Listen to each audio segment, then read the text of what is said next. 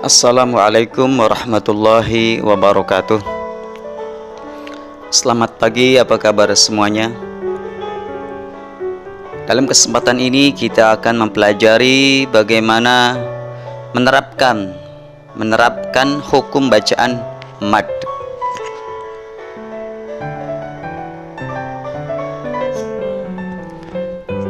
Menerapkan hukum bacaan mad.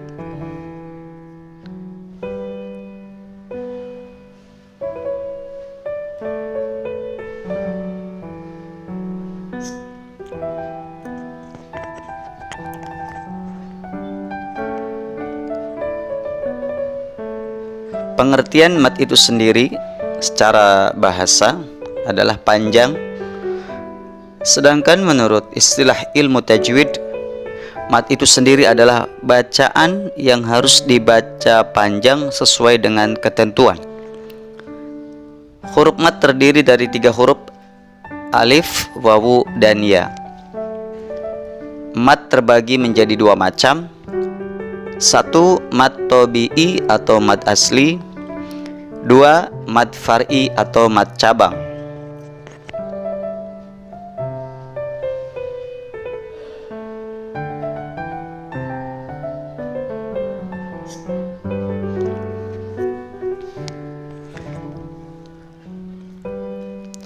Mad tabi'i atau mad asli artinya memanjangkan huruf hijaiyah apabila ada huruf alif sesudah fathah, huruf waw mati sesudah dhammah, huruf ya mati sesudah kasroh atau fathah tegak, kasroh tegak, dan dhammah terbalik atau dibaca 1 alif atau 2 ketukan. Contoh: Rahim, yaqulu, qala, wabihi, indahu, zalika. Ini adalah contoh bacaan mad tabi'i. Kemudian yang kedua adalah mad far'i atau mad cabang. Mad far'i itu sendiri terbagi 13. Yang pertama adalah mad wajib mutasil. Mad wajib mutasil itu sendiri adalah mad tabi'i atau mad asli bertemu dengan huruf hamzah, dan hamzah di sini dalam satu kata atau kalimat. Panjang bacaannya yaitu 5 harokat atau sama dengan 5 ketukan atau 2,5 alif. Contoh: as-sama'u ji'a.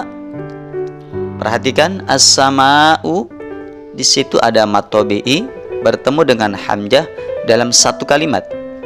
Begitupun juga lafaz ji'a, ada mad tabi'i kemudian bertemu dengan hamzah dalam satu kata atau satu kalimat. Yang kedua, mad far'i yang kedua adalah mad jaiz munfasil. Mad jaiz munfasil adalah mad tabi'i bertemu dengan hamzah, dan hamzah ini terdapat pada lain kata. Disebut munfasil karena huruf hamzah terpisah dengan mad tabi'i. Panjang bacaannya yaitu boleh 2 harokat seperti mad tabi'i, dan juga boleh 5 harokat seperti mad wajib mutasil, dan ini lebih baik. Contoh: bima unzila. Bima unzila, di situ ada mad tabi'i bertemu dengan hamzah, dan hamzahnya di lain kalimat, maka ini adalah mad jaiz munfasil, terpisah. Begitupun juga contoh bacaan fi ahsani. Fi ahsani, fi mad tabi'i, kemudian ahsani, ahsan itu bukan alif, hamzahnya di lain kalimat, maka panjangnya 5 harokat sama seperti mad wajib mutasil. Kemudian selanjutnya mad far'i selanjutnya adalah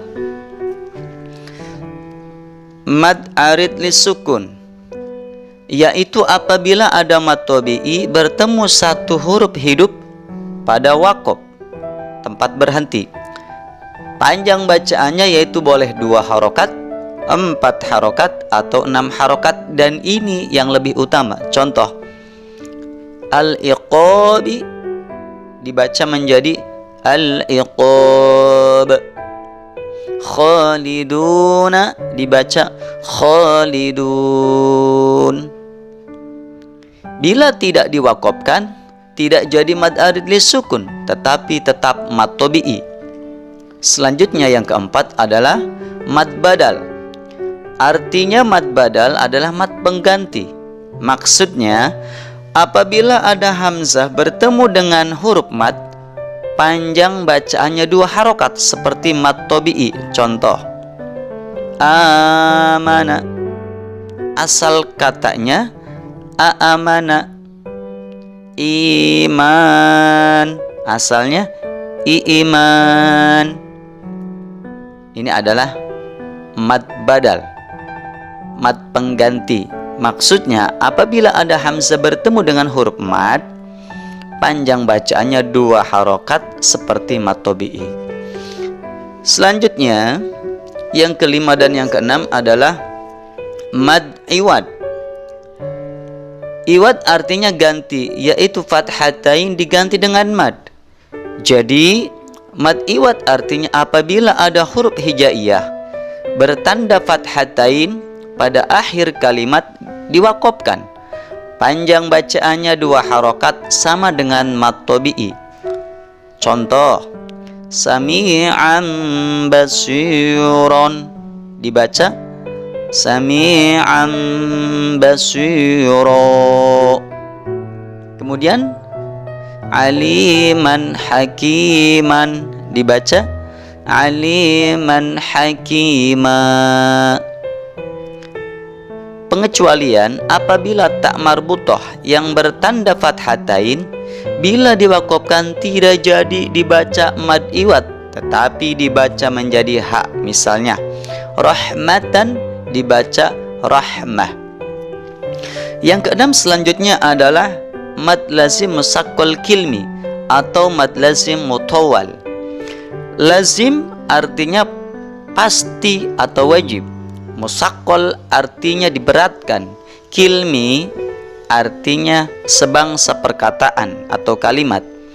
Mutawwal artinya dipanjangkan. Jadi mad lazim musaqqal kilmi yaitu apabila ada mad tabi'i bertemu dengan tasydid dalam satu kata, panjang bacaannya 6 harokat. Contoh, waladdallin min dabbah. Ini adalah contoh mad lazim musaqqal kilmi atau disebut juga mad lazim mutawwal.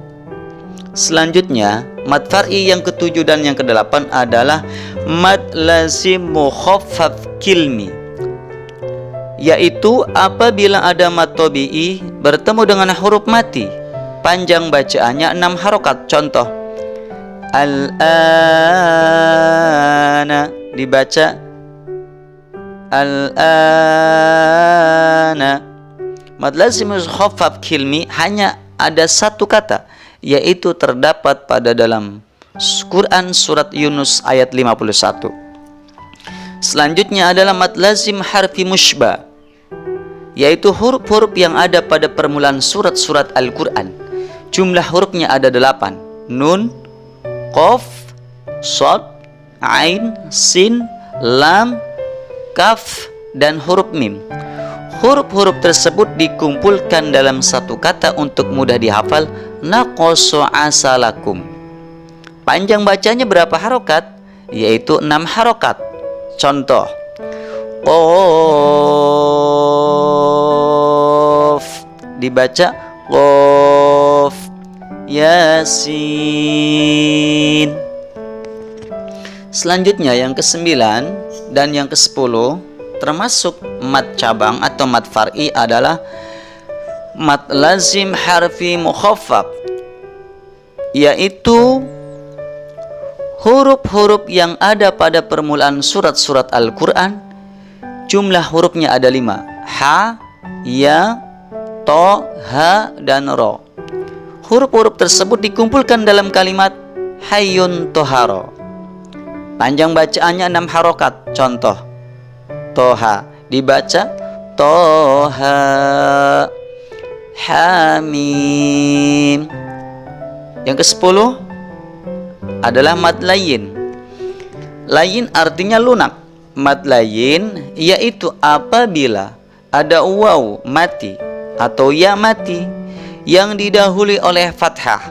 Mad layin ini terjadi bila diwakafkan. Jika tidak diwakafkan, maka tidak jadi mad layin. Cara membacanya adalah panjangnya 2 harokat sampai 6 harokat dan lunak. Contoh, khaufun jika wakaf khauf. Naumu jika wakaf naum. Selanjutnya adalah yang ke-11, mad silah. Mad silah qasirah.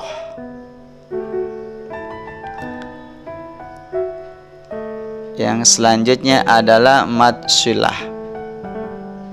Mad silah ini terbagi 2, mad silah qasirah dan mad silah tawilah.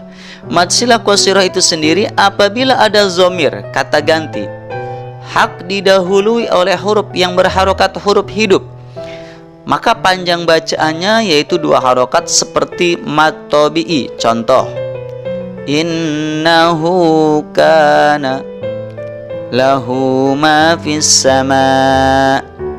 Tapi apabila domir hak didahului oleh huruf mati atau disambung dengan huruf yang ada di depannya atau diwakafkan, maka dibaca pendek. Contoh, anhu, fihi.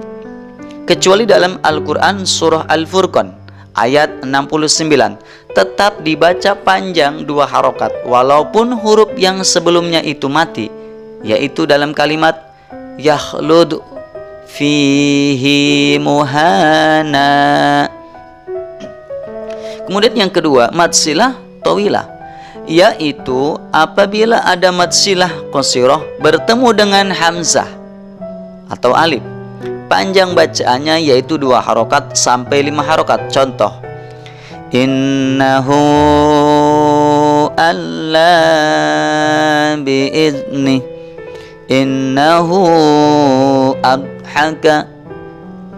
Kemudian selanjutnya yang ke-12 dan yang ke-13, mad far'i selanjutnya adalah mad farqu atau mad farqi. Mad farqi atau mad farqu ialah mad badal yang diiringi oleh huruf yang bertasydid, disebut mad farqi karena mad ini dapat membedakan antara kalimat bertanya istifham dengan kalimat berita khobar. Berapa panjang bacaannya? Yaitu 6 harokat. Contoh, qul az-zakarain. Asalnya qul az-zakarain.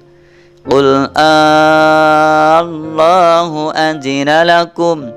Asalnya qul Allahu azina lakum. Kemudian yang terakhir adalah mad tamkin. Tamkin artinya menempatkan.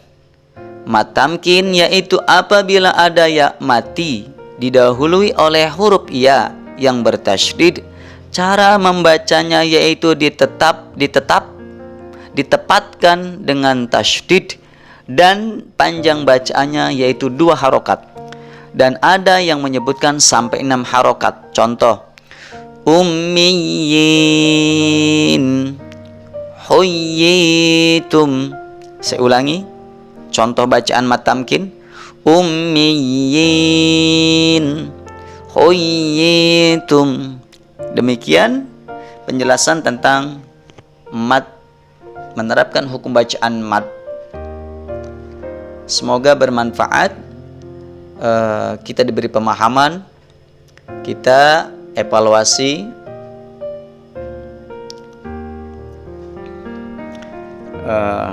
Ini di sini ada evaluasi, ya, ada evaluasi latihan-latihan yang harus kita jawab. Semoga dimudahkan menjawabnya. Bismillahirrahmanirrahim.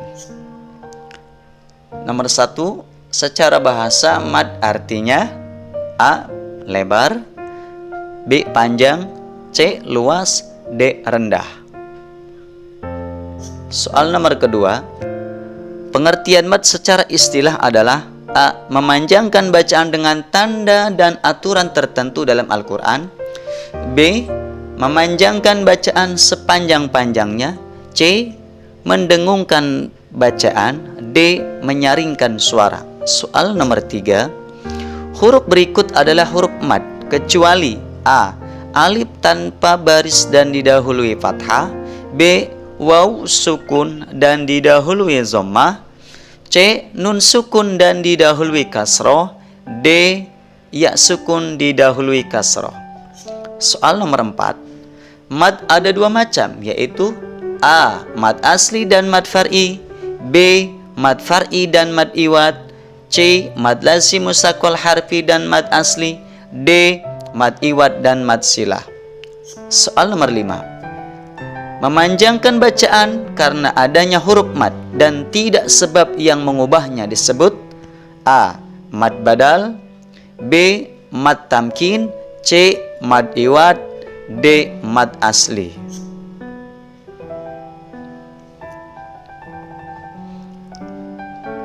Jodohkan pernyataan pada kelompok A dengan jawaban pada kolom B. 1. Mad menurut bahasa. 2. Bacaan mad tabi'i disebut juga. 3. Bima contoh bacaan. 4. Minas sama'i contoh bacaan. 5. Waqaf menurut bahasa. 6.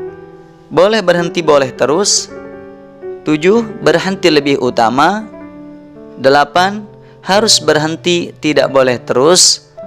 9. Berhenti sebentar tapi tidak boleh bernapas. 10. Tidak boleh berhenti kecuali pada akhir ayat. Yang pada kolom B nya adalah pilihan, dijodohkan. A. mad tabi'i, B. berhenti, C. qola, D. panjang, E. sakta, F. waqaf lazim, G. mad asli, H. waqaf mamnu, I. mad wajib mutasil, J. shola, K.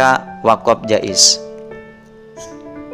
Kemudian bacalah surat Al-Baqarah. Perhatikan latihan soal berikutnya adalah bacalah surat Al-Baqarah ayat 1 sampai 5 dengan tartil. Setelah dibaca, tunjukkan lafal-lafal yang mengandung bacaan mad. Kemudian tulis pada kolom yang tersedia. Ayatnya 1 sampai 6. Apa ayatnya yang menunjukkan bacaan mad? Hukum bacaannya mad apa? Kemudian alasannya kenapa? Ya, ini surat Al-Baqarah ayat 1 sampai 5. Kemudian latihan selanjutnya adalah bacalah surah Al-Alaq ayat 1 sampai 19 berikut ini dengan tartil. Setelah dibaca, tunjukkan tanda-tanda waqaf dan tuliskan pada kolom yang tersedia. 1 sampai 8 ayatnya ditulis yang menunjukkan ya tanda-tanda waqaf, kemudian hukum bacaannya ya, kemudian alasannya. Demikian, semoga pertemuan kali ini kita menambah ilmu pengetahuan dan wawasan tentang bagaimana menerapkan hukum mad dan dalam istilah ilmu tajwid. Terima kasih. Assalamualaikum warahmatullahi wabarakatuh.